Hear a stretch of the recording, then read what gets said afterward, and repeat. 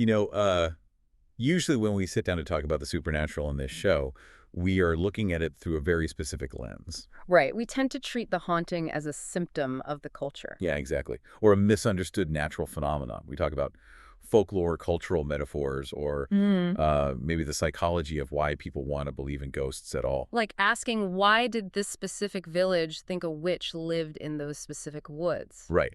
We ask those sociological questions. Hmm. But today we are opening a file that completely flips that script.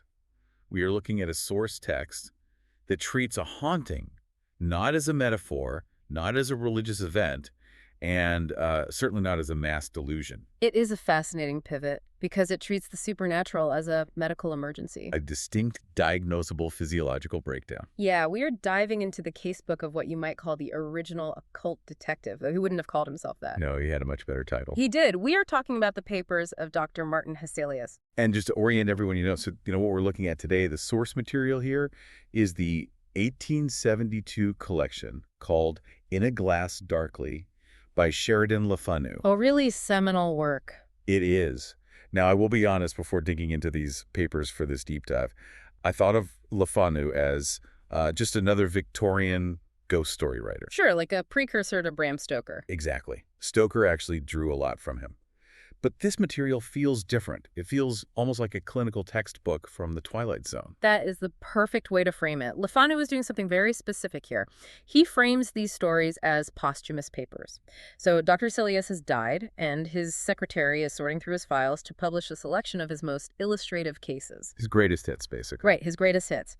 But Hesselius wasn't just a doctor. As you hinted at, he styles himself a medical philosopher. Which is a title I think we should absolutely bring back. It sounds incredibly sophisticated. It really does. But for Hesselius, it meant something very specific in practice. He believed that modern medicine, meaning the medicine of the 1870s. right, Victorian medicine, he believed it was failing because it was too materialistic. Too focused on the physical body. Exactly. It only looked at the meat and bone. Hesselius argued that to treat the human, you have to treat the interior anatomy as well. The soul. Essentially, yes. Yeah. He viewed the spiritual aspect of human being as having its own anatomy, its own chemistry, and its own vulnerabilities. And this is the core reason why this matters to you listening right now. This is the big takeaway. Hesselius posits that the barrier between our reality and the spirit world isn't a geographical distance. It is not a place you travel to. Right. It is not that ghosts are over there in a haunted house and we are safely over here. He argues the barrier is strictly biological.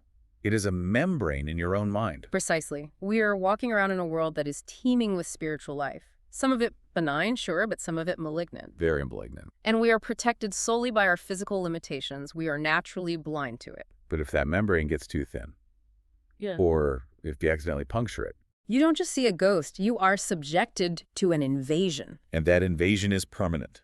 That is what makes Hesselius's cases so terrifying compared to a standard haunted house story. He isn't dealing with a haunted location where you can just pack your bags and move out. He is dealing with haunted people. The ghost is locked in the room with you, and the room is your own skull. Which is such a claustrophobic concept. It really is. So we have a massive stack of notes here covering the 3 primary cases in the collection, plus a very strange romantic mystery at the end. We are going to look at green tea, which is about a chemical opening of that inner eye. A very literal chemical opening. Yeah. Then we have the familiar, which is about the crushing weight of guilt. And finally, Mr. Justice Harbottle, which is, well, it is a legal nightmare. A literal legal nightmare from beyond the grave. So let us open the first file. And this one is widely considered Le Fanu's masterpiece. Case study number 1, green tea. This is the case of the Reverend Mr. Jennings, and right off the bat, Hesselius wants us to understand the patient. Can we just set the scene on Jennings first? Because he is not the guy you expect to be the protagonist of a horror story. Not at all. He isn't a dark sorcerer. He isn't a criminal dabbling in the dark arts. No, he is the picture of Victorian respectability. He is a clergyman. He is wealthy. He is well-dressed. The text calls his dress natty and old-fashioned high church. So it's a very proper. Very proper. He is a bachelor living in a nice part of London. If you saw him on the street, you would think, there goes a man who has everything completely under control. But Hesselius spots something immediately.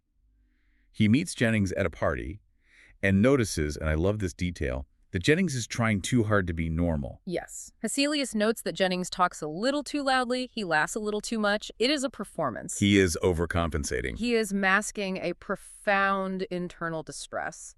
And then there's the silence. The breakdowns. This is the primary symptom that Hesselius is called in to look at. Right. Hesselius learns that Jennings has this disturbing habit. He will be preaching in his own church mid-sermon, and suddenly he just stops. He just freezes. He freezes.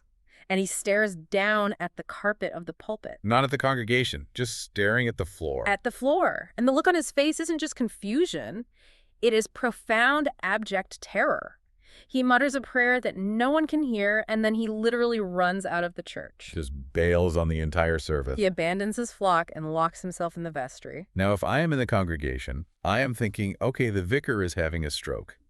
Or maybe a seizure. Exactly. And that is what his doctors think, too. They tell him it is suppressed gout or just nerves. Classic Victorian diagnosis, nerve. But Hesselius knows better. He gently corners Jennings, gains his trust, and finally Jennings confesses. He says, I am not sick. I am being watched. And this brings us to the cause. Because usually in these stories, you summon a demon by reading a forbidden Latin tome or digging up a graveyard at midnight. Jennings summoned his demon by drinking tea. It sounds absurd to modern ears. Death by Earl Grey. It really does sound ridiculous. I mean, I've had 3 cups of tea today. Should I be worried? Is there a dosage limit before I start seeing demons? Well, context is key here. Hesselius goes into great detail about the why. Jennings was an intellectual.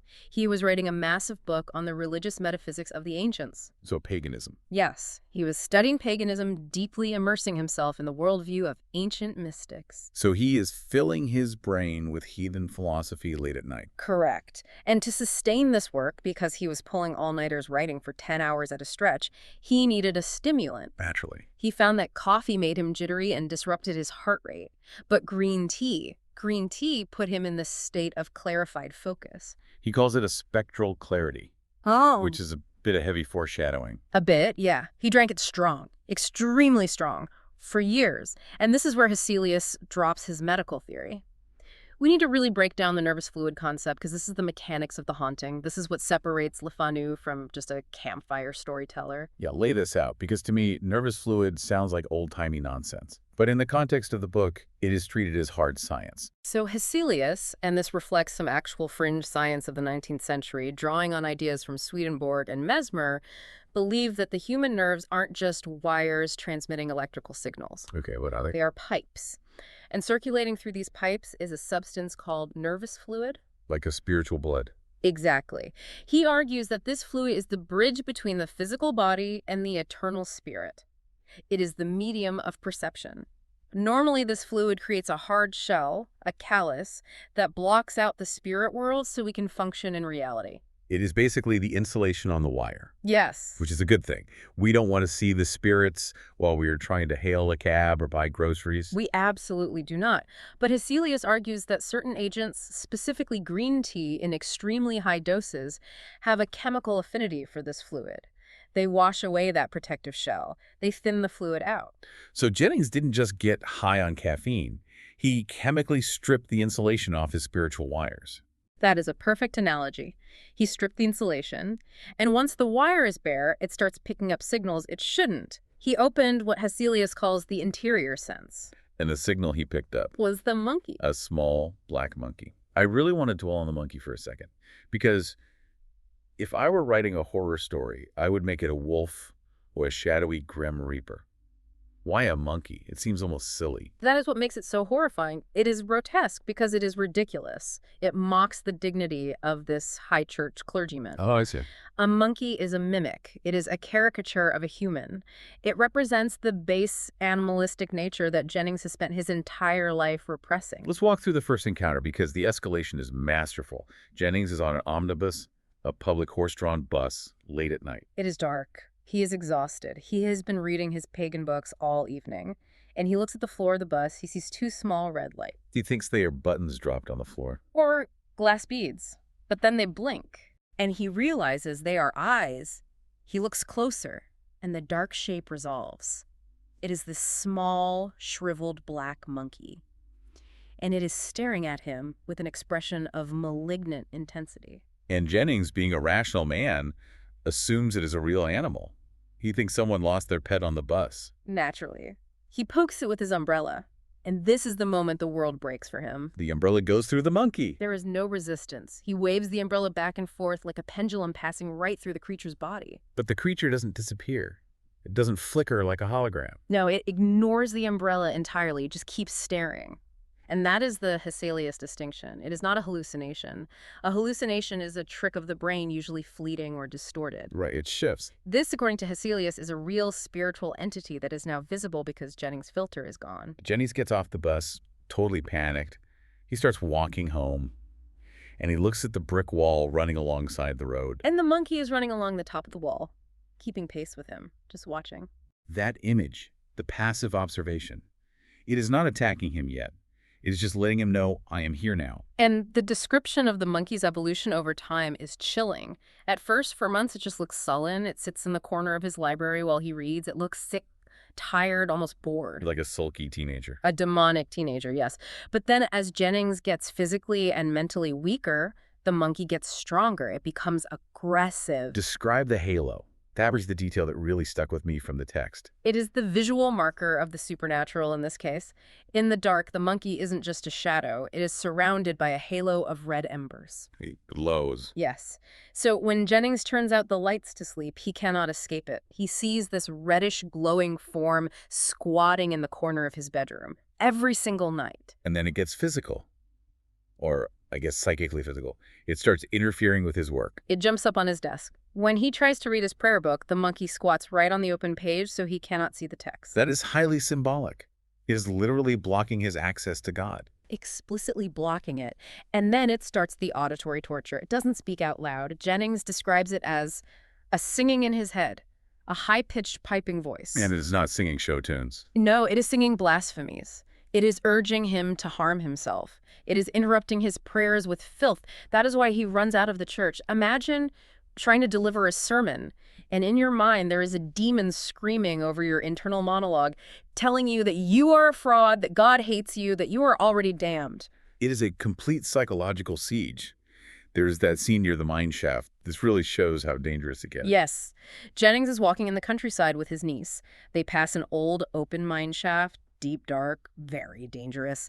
And suddenly the monkey goes into a frenzy. It changes its behavior. Radically. It starts urging him, pushing his mind, telling him to throw himself down the hole. And the only thing that stops him is that he doesn't want to scare his niece. That is the last shred of humanity he has left holding him back. But he knows he is losing the battle. He finally writes to Hesselius. And the letter is, "It is the last cry of a drowning man," he writes. "It is here. It knows all. It reviles." It knows all. That implies the monkey is reading his thoughts. Or that the monkey is a part of him. That is the ambiguity Le Fanu plays with. Is this an external demon from the spirit world, or is it the manifestation of Jennings' own repressed nature? Remember, he is a repressed high church bachelor. The monkey is wild, dirty, aggressive. That is a very Freudian take on it. And Hesselius doesn't see it that way, does he? Hesselius sees a plumbing problem. He really does. Hesselius gets the letter and he rushes to Jennings' house. But he is too late. He arrives and the servants are frantic. They break down the library door. And they find Jennings dead. He has cut his own throat, a frightful gash. Now, in a normal ghost story, this is where we fade to black. It's a tragedy. But Hesselius has this cold, almost arrogant post-mortem analysis. He doesn't say, oh, the poor man. He says, I could have fixed this. That is the most striking part of the medical philosopher persona. Hesselius is annoyed. He claims that if Jennings had just been fully honest from the start, he could have cured him in 18 months. And the cure. It wasn't an exorcism. It wasn't holy water or a priest. It was cold water, specifically iced eau de cologne applied to the forehead. You are kidding. He thinks cologne would have stopped a demonic monkey. I am not kidding. Hesselius believes that by applying a severe cold shock to the physical nerves, he could have repelled the nervous fluid and forced the interior eye to close. He thinks he could have scarified the tissue back into blindness. He thinks he could have frozen the ghost out. It is so reductive, isn't it?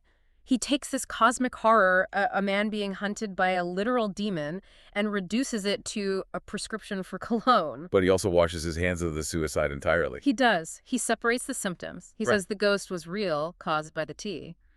But the suicide, oh, that was just hereditary suicidal mania. Wow. He claims the monkey didn't kill him. The monkey just triggered a dormant genetic condition. which feels entirely like a doctor covering his tracks for a malpractice suit. Yeah. The operation was a success, but the patient died of unrelated causes. It establishes Hesselius as a very complicated narrator. Right. He is brilliant, but he's also pompous. He believes he has mapped the geography of the soul, but he couldn't actually save his patient. So that is green tea. The lesson there is watch your caffeine intake, and if you see a monkey, put ice on your forehead. Good advice. But green tea was about an accidental haunting. Jennings didn't intentionally do anything wrong. He didn't deserve the monkey. The next case, however, this feels very different. This is case study number 2, The Familiar. And this time, the victim isn't an innocent clergyman. No. The victim is Captain Barton.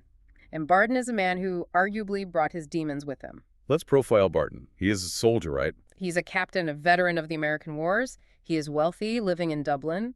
And philosophically, he is the polar opposite of Jennings.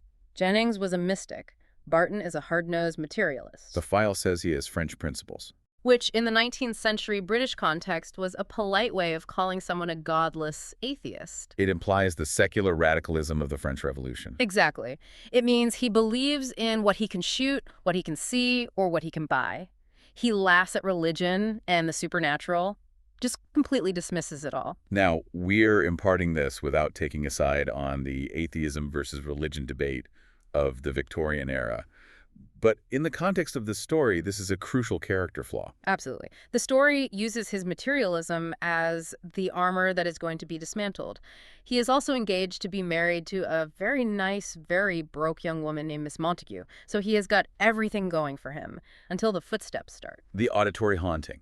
This is where Le Fanu really shows his skill with sound design, if you will. Barton is walking home late at night in Dublin. The area is under construction.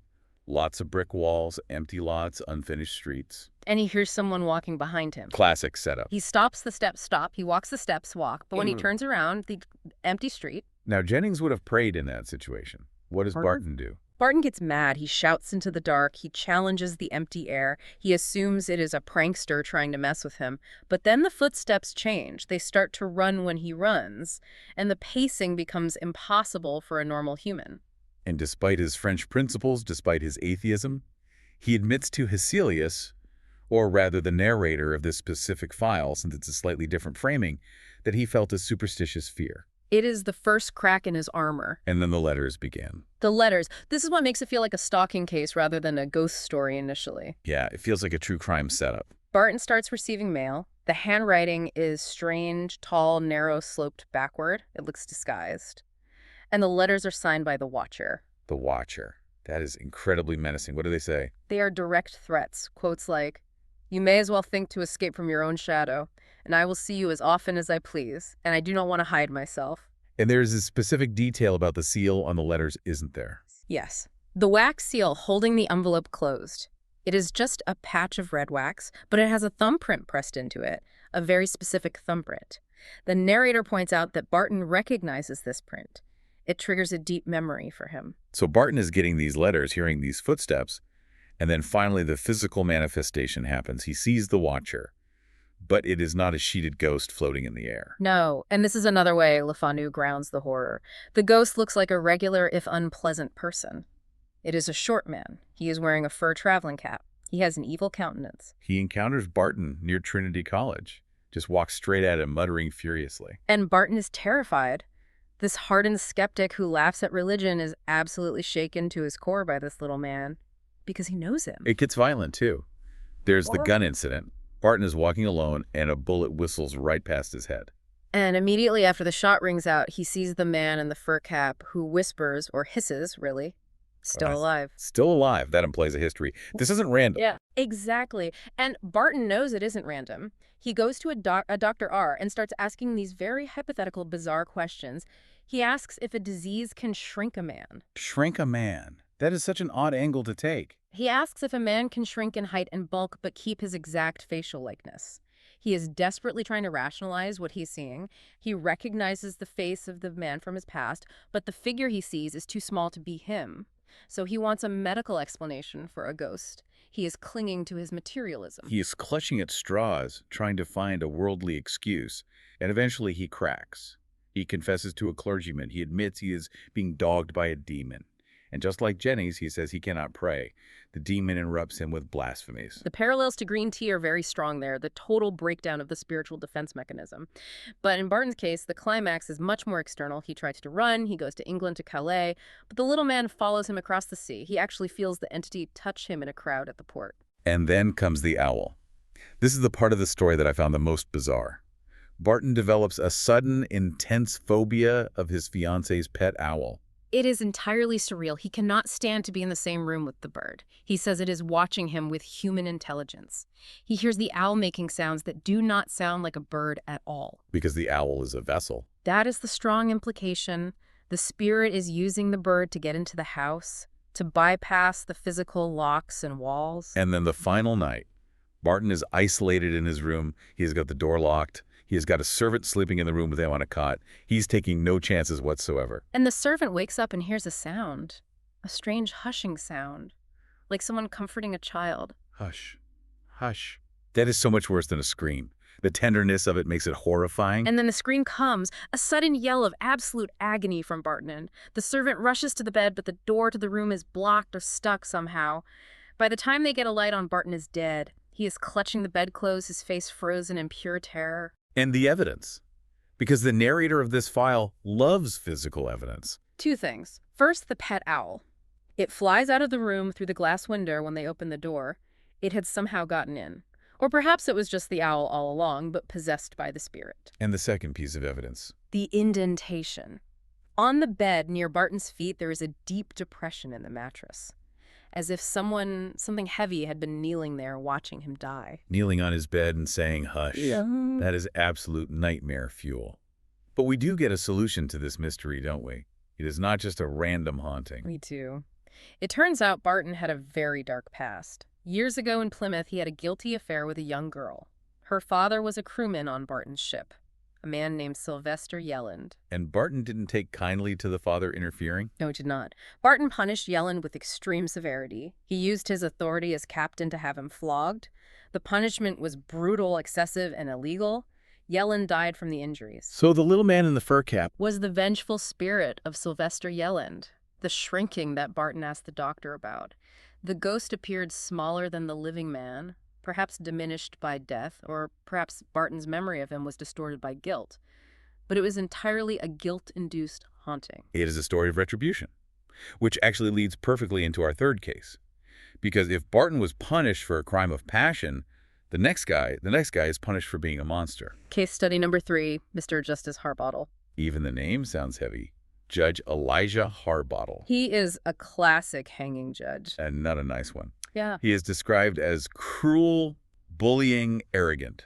He has a huge mulberry-colored face and a carbunkled nose. He looks like a villain straight out of a Dickens novel. He's a man who actively enjoys his power. He enjoys the suffering of the people in the dock, but he has a specific skeleton in his closet that comes back to bite him. He lives with his mistress, Flora Carwell. But Flora wasn't always Flora Carwell. She used to be Mrs. Pinewick. Correct. And her husband, Louis Pinewick, was an inconvenience for the judge. He wanted Flora for himself. So what did the judge do?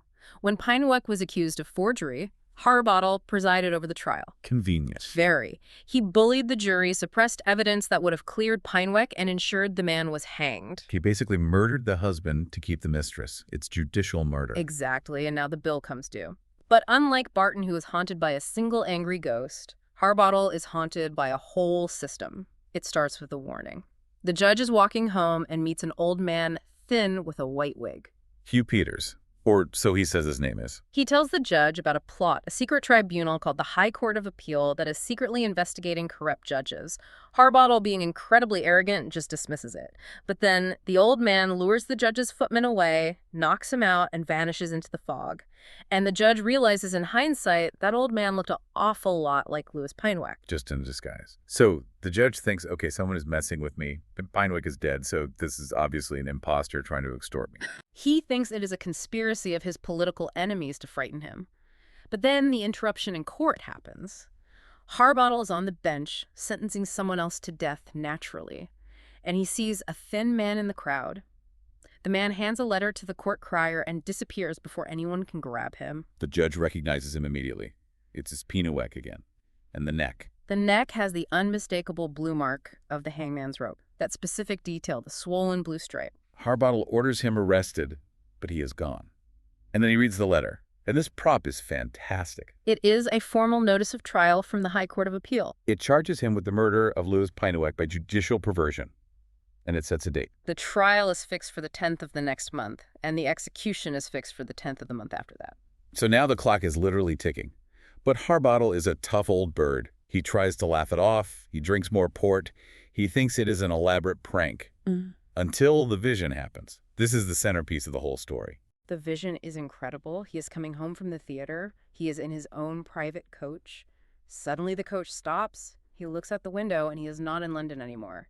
He is on a bleak, dark moor. And there is a gallows.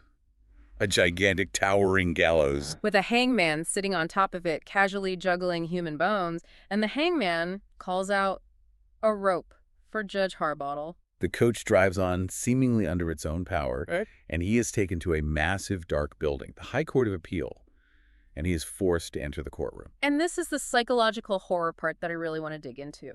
The presiding judge, the Chief Justice of this hell court, is named Chief Justice Twofold. Twofold. What does he look like? Why twofold? He is described as a giant, dilated, fiercer version of Harbottle himself. Wait, so the judge judging him is him. Exactly. Hesselius is showing us that Harbottle is being judged by his own worst nature. He is facing the grotesque reality of what he has become. It is not God judging him. It is a mirror. That is profound.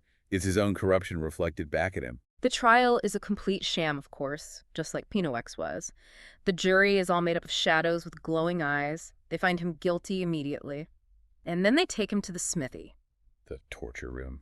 Giant demonic smiths weld a red-hot iron fetter around his ankle. The pain is described as excruciating. And then he wakes up. He is back in his own bed in London. He has a terrible attack of gout in his foot. Which is the physical explanation for the ankle torture. Hesselius, or the narrator, always grounds the supernatural in a physical sensation.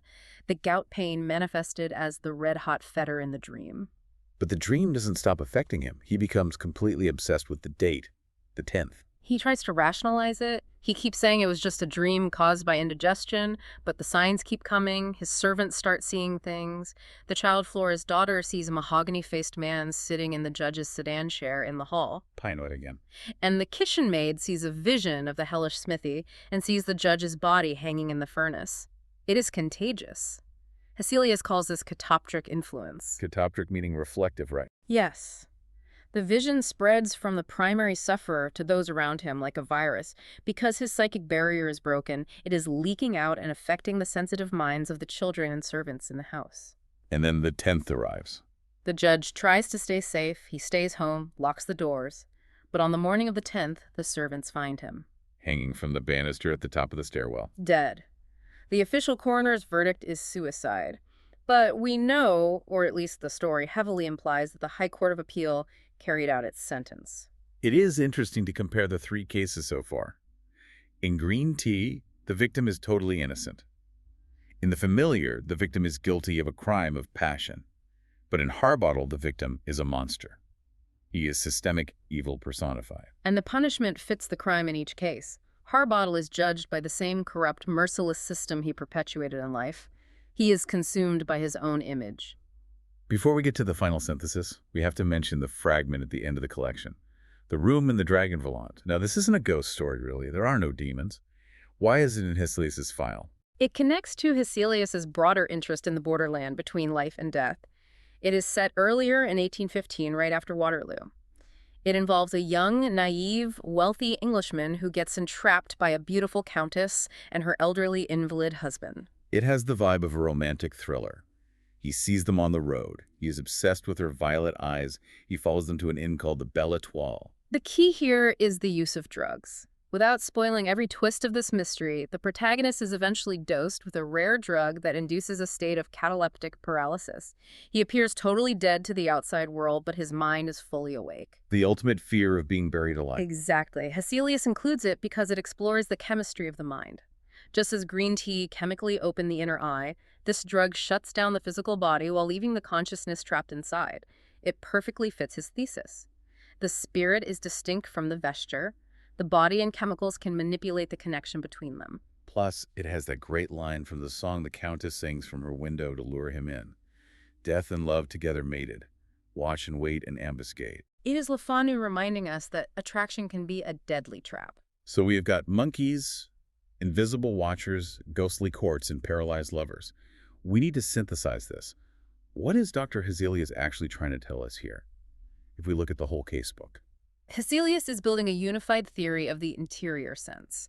He believes that everyone has a spiritual eye, an inner eye that is normally closed, and that is a good thing. It protects us from the overwhelming reality of the spirit world. Because if it is open, we see the monkey. Exactly. We see the things that inhabit the world of spirits, which Hesselius suggests is right here, right now, overlapping with our reality. He argues that this eye can be opened by disease, by chemical agents like green tea, or by intense emotional states like overwhelming guilt. And once it is open, the ghosts aren't just hallucinations. They are objective realities to the sufferer. But they are also physical. That is the key takeaway. Hesselius insists that essential man is a spirit and that there are fluids in the body that bridge the gap. That is why he thinks he can cure a haunting with cold water and eau de cologne. He is treating the nervous fluid, trying to seal the physical breach. It is a fascinating blend of the mystical and the mechanical. He is like a mechanic for the soul. And he acknowledges the danger of contagion. In the Harbottle case, the child sees the ghost. The maid sees the ghost. It suggests that once a breach is made in one person, it can widen. The vision can leak out to others. It makes you wonder about the nature of guilt, too. In the familiar and Harbottle, the haunting is directly tied to a past crime. It is almost as if the guilt itself is the chemical agent that opens the eye. Or that the guilt attracts the entity. Hesselius might say the guilt creates a literal congestion in the nervous fluid that allows the vengeful spirit to attach itself. So the skeptic's downfall is a big theme here. Jennings was deeply religious, but Barton was a staunch atheist, and Harbottle was a corrupt cynic. None of them believed in this stuff in the way it actually manifested. And they were all dismantled by it. Le Fanu seems to be saying that your belief system does not protect you. If the chemistry of your brain changes, or if the weight of your sins gets too heavy, the biological barrier comes down. The monkey doesn't care if you believe in it. It is there regardless. That is a terrifying thought. You can be the most rational, grounded person in the world. But if you drink too much green tea... Or if you have a terrible secret you are hiding.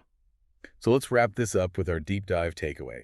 We have looked at the files, we have seen the diagnoses. I think the takeaway is about the sheer fragility of our perception. We trust our eyes implicitly. We trust that what we see is real and what we don't see isn't there.